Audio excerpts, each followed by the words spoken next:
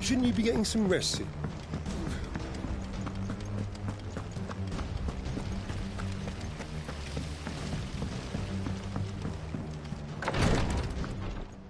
Ah, Clive. Talia. How's Jill? Recovering, but she still needs her rest. Of course. Take good care of her, won't you? I'll do my best. Oh, Gav was looking for you. He said he had something to show you in the shelves. The shelves? Ah, that's right. He went to ask Hippocrates about Torgal. He must have found something.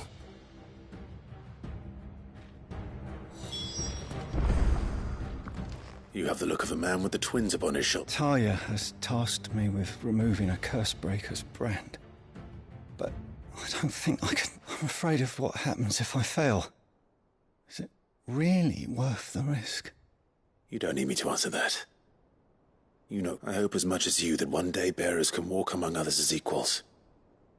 But until that day, a brand is a burden. And we must lift that burden in order to go undetected. The operation may be dangerous, but it's also... I know. But griping about my lot helps. I know you will. Unfortunately, the first thing that needs doing is the preparation of something I can't do with the infirmary's ammonia. Just tell me what you need. You'll go? Oh, thank you. No one knows Herblore like Talia, and she swears by ammonia for easing pain. It's simple enough to find, if you know where to look. And fortunately for you, I do. Along the river near the village of Amber over in Rosary.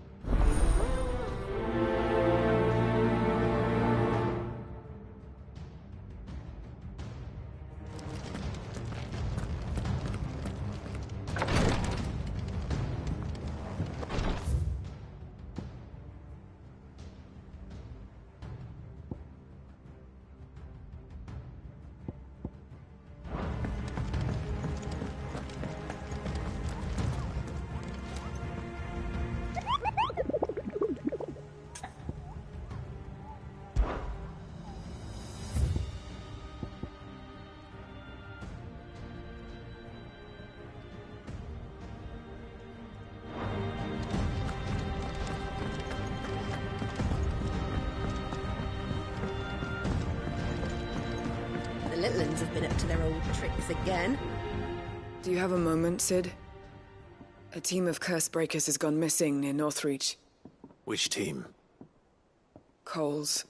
They were sent to liberate a carriage of... They were moving in for their assault when a Cursebreaker managed to release a Stolas. They should be back by now, but I've heard nothing. I can't help but worry that...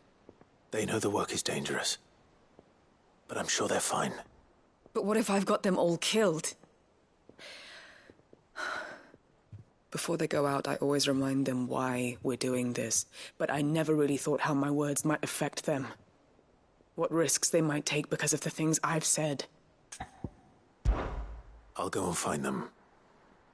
We'll both rest easier knowing they're safe. Thank you, Sid. And the plan was to intercept the slaver somewhere in the Dragon's Eyrie. That should be enough to go on. If they were there...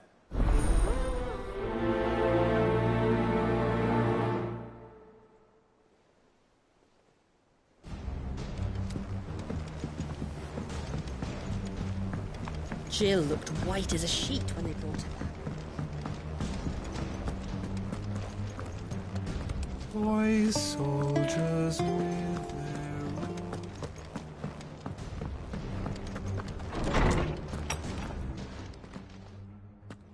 Clive, where have you been? I've been wanting to ask you something about Torgal. Where did you get him, like, in the first place? My father brought him back from one of his expeditions into the Northern Territories. They were crossing a snowfield when they heard his cries, and, seeing no sign of his pack, they took him in. What do you reckon, Tomes? It certainly adds weight to the theory. Clive, I believe that Torgal may be no mere hound, but a rare frostwolf, an animal native to the far northern reaches of Valisthea. In one of our oldest bestiaries, I found reference to a frostwolf who served as guardian to an ancient queen of the north. Such was his mastery over ether, he could cast magics on command. His name was Fenrir. Fenrir the Frostwolf. Now, the annals do not state it explicitly, but I have reason to believe this queen was a dominant of Shiva, a girl from the Northern Territories and her faithful hound. One awakens as the dominant of Shiva, and the other... You're saying that Jill granted Torgal his powers? What? Just like Fenrir. People called him my hound, but Torgal and Jill were inseparable. He grew up as a faithful companion to the dominant of Shiva, and years later, his powers awakened, just when his master needed him the most. You're right. If it weren't for Torgal blasting those bastards to Kingdom Come, Jill would have been for it. Quite. Though Torgal's power is his own, his latent birthright as a Frostwolf. It had only to be unlocked. Oh, get you, Torgal! You're an even finer hound than we thought. And regarding your original concern, you need not fear for Torgal's health. Why, the beast has the appetite of a behemoth. Just this very morn, I found him with his nose buried in my nuts. There you are! I've been looking everywhere for you. Bernard's here. I need you to introduce us so we can get to work. I shan't be a moment.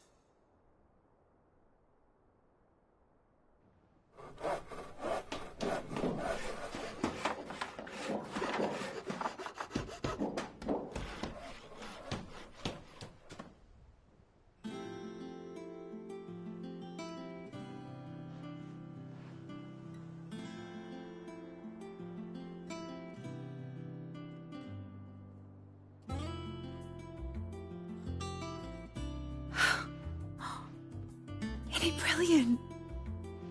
It is. Well, I couldn't have done it without you. You and everyone else. But I promise I'll pay you back. I'm gonna work my fingers to the bone for you lot. Starting right now. Just you wait. I'll make wonders like this world's never seen. Then I look forward to seeing them.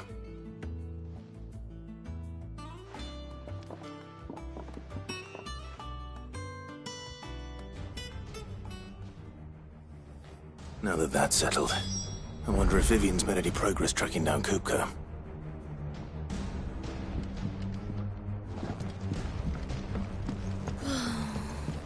I wish Miss Midador would let us...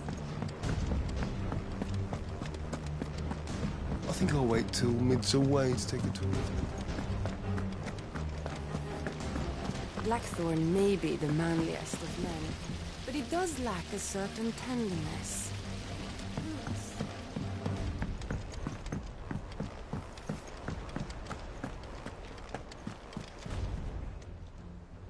Welcome to the Patron's Whisper.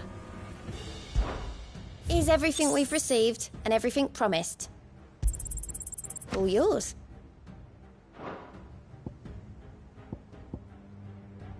All done? Fancy a look at the list, do you? Anything catch your eye? Always something, isn't there?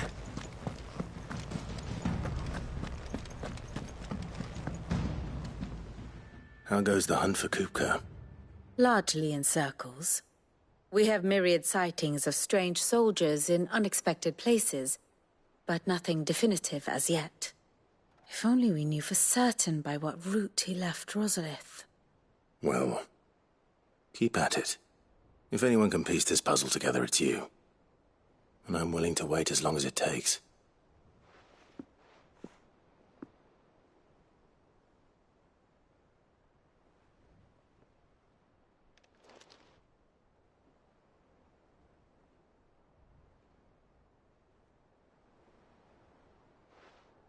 What? Here? Would that be a problem?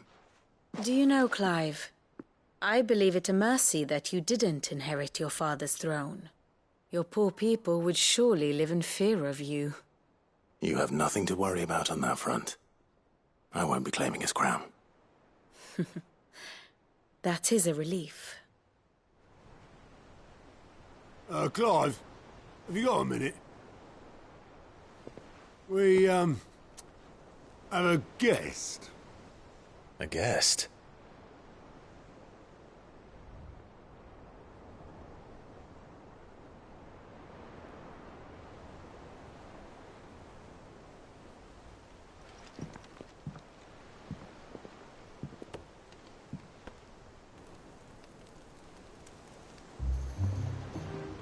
For your trouble.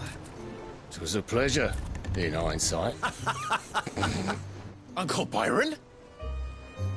Clive, my boy! Tap a cask and stoke the ovens, for your favourite uncle is here!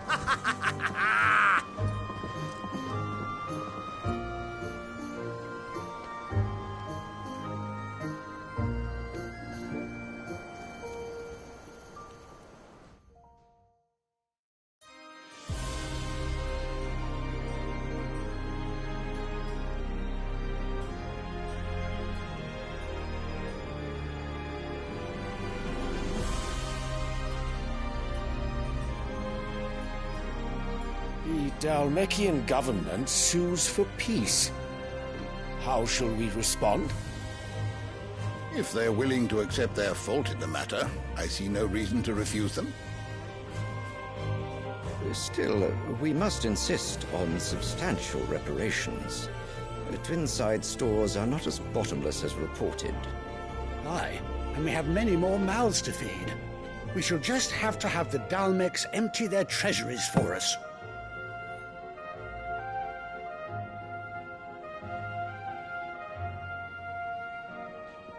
Of course, none of this would have been possible without your timely intervention, Prince Olivier. Indeed, I doubt any of us would have had the courage to trade words with the mighty Titan, nor less the wit to win him over. The Empire owes you a great debt. May the blessing of the crystals go with you, Your Highness. May the blessing of the crystals go with you.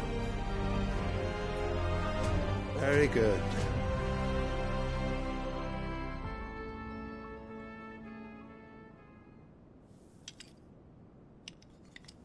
Now, let us come to the question of precisely when the Dalmeks will withdraw their troops. Dion's fire could rid us of them in mere moments. The men of the Fist will not withdraw until a peace treaty is concluded. So let us keep the negotiations open, give them time to gather what gold and trinkets they can, and once they deliver that which we demand, what worth is a piece of parchment? Your Radiance, were Prince Dion to take the field, the enemy would surely send their own dominant to meet him. And while His Highness would of course prevail, there would be heavy losses on both. You need not fear Hugo Kupka. He is engaged on the Western Front. Even were the Dalmeks to send for him, he would not arrive in time. As much as I would enjoy witnessing a clash between Bahamut and Titan, it is not to be. And what of your subjects, Your Radiance? If the fighting spread to the city proper, the people would bear the brunt of it. There will be losses, it is true. Yet for every citizen who falls, another can be bred. For every home that burns, another can be built. The Empire will live on.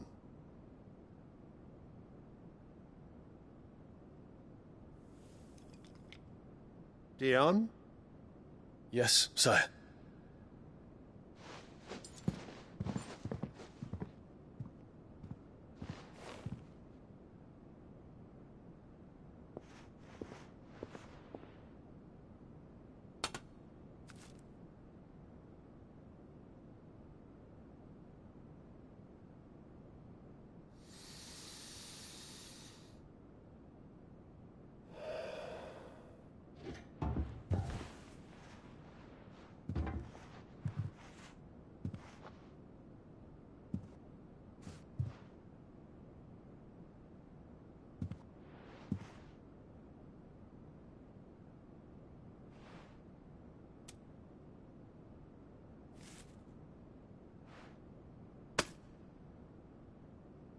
prepare for battle.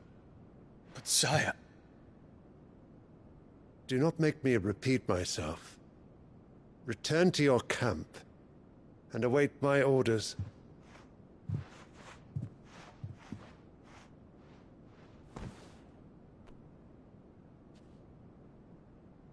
If that is your wish, Your Radiance, I shall depart at once.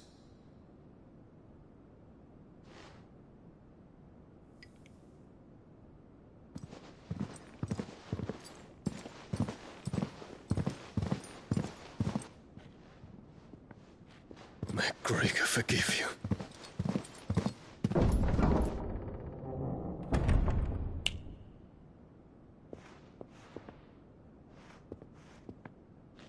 What do the astrologers augur?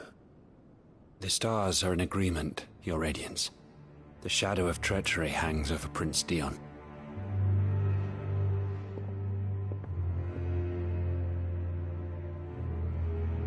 So Annabella's tales were true. You disappoint me, Dion.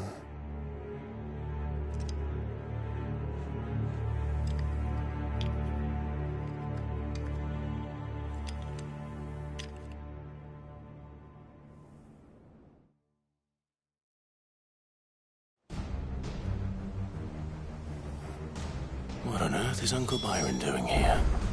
Only one way to find out.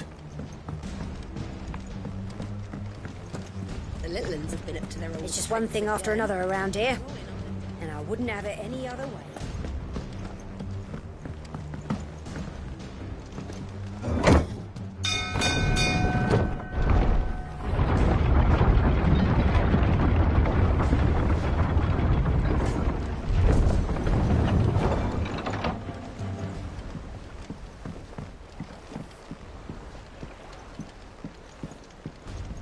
Well, fuck me. Never thought I'd see the dear Lord Byron Rosfield of the Seven High Houses keep the tea.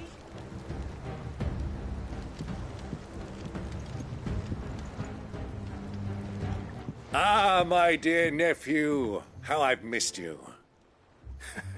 How did you find this place, Uncle? Through the good offices of young Sir Wade. He really is the most helpful fellow. As are you, I hear. The Guardians and those they freed tell the most outlandish tales of your heroics in Rosalith.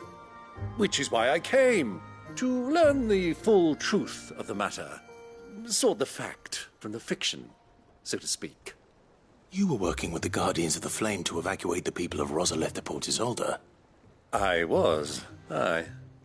Then I have questions for you. Please, come inside, Uncle.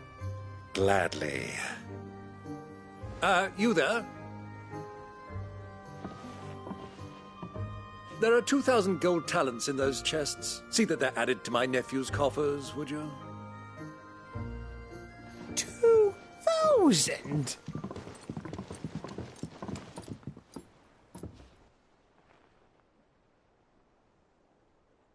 And I'm afraid that is all I know.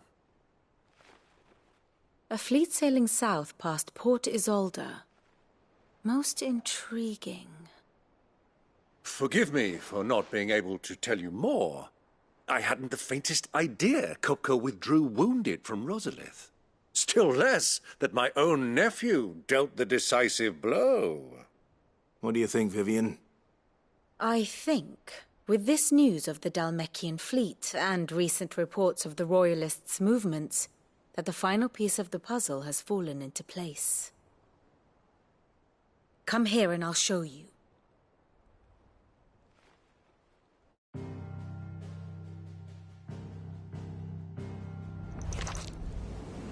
It is known that Kupka's forces entered Rosaria via its unguarded coast. So can the same be said of your visitors from Waloed? Certainly, her Royal Navy is famed for the efficiency with which it bears her knights from one battlefield to the next. And in the Einherjar, or Black Galleon, she boasts a vessel nigh as swift and every bit as feared as the kingdom's legendary cavalry. A fitting flagship for a land apart, her naval presence being crucial to her ambitions beyond Ash. Yes, it seems safe to assume that the Royalists did indeed enter Rosaria from the sea. So then, had you a vested interest in Titan's survival, whither would you take him? Why, home to Drake's Fang, a place rich enough in ether to conjure the magics needed to mend his hurts. But would that not entail an arduous voyage around the southern cape? Let us say that the Royalists did put ashore with a mind to spirit Kupka away from under your very nose. Could that truly have been their plan for him? To load him aboard one of the ships flying Republican colors sighted off the coast near Port Isolde. To spend weeks at sea, being tossed hither and yon by unforgiving waves, his life hanging in the balance. No. The journey would mean Titan's death, and Kupka's faithful creatures would not allow it. So what then was the plan of our Waluda friends? Reports suggest they made not for the coast, but for the desert. And by cutting through the Velcroy, a party traveling light would have Titan back in his bed days before a galley could lurch into port. To wit, it was the Royalists, not the Republicans, who effected Hugo Kupka's safe retreat. I would stake your life on it.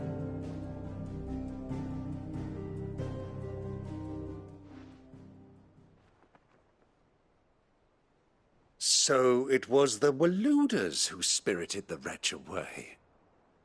Now I think about it, there was something a little strange about the ships I saw. The men seemed almost crestfallen, as if in mourning, as if they believed, or were made to believe, that their master was dead. You have a keen mind, Lord Rosfield. And you have your answer. To find Kupka, you have merely to follow the Royalist trail across the Velcroy. It may well have gone cold by now, but as they say in the Republic, all roads lead to Drake's Fang. Allow me to accompany you part of the way. As luck would have it, I had intended to journey Canberward on business after visiting you here. The Fang would be but a short detour. I'd be glad of the company. Give me a moment to make ready. I need to tell my friends what we've learned, and where we're going. Very well, but be quick about it, my boy. Time waits for no man.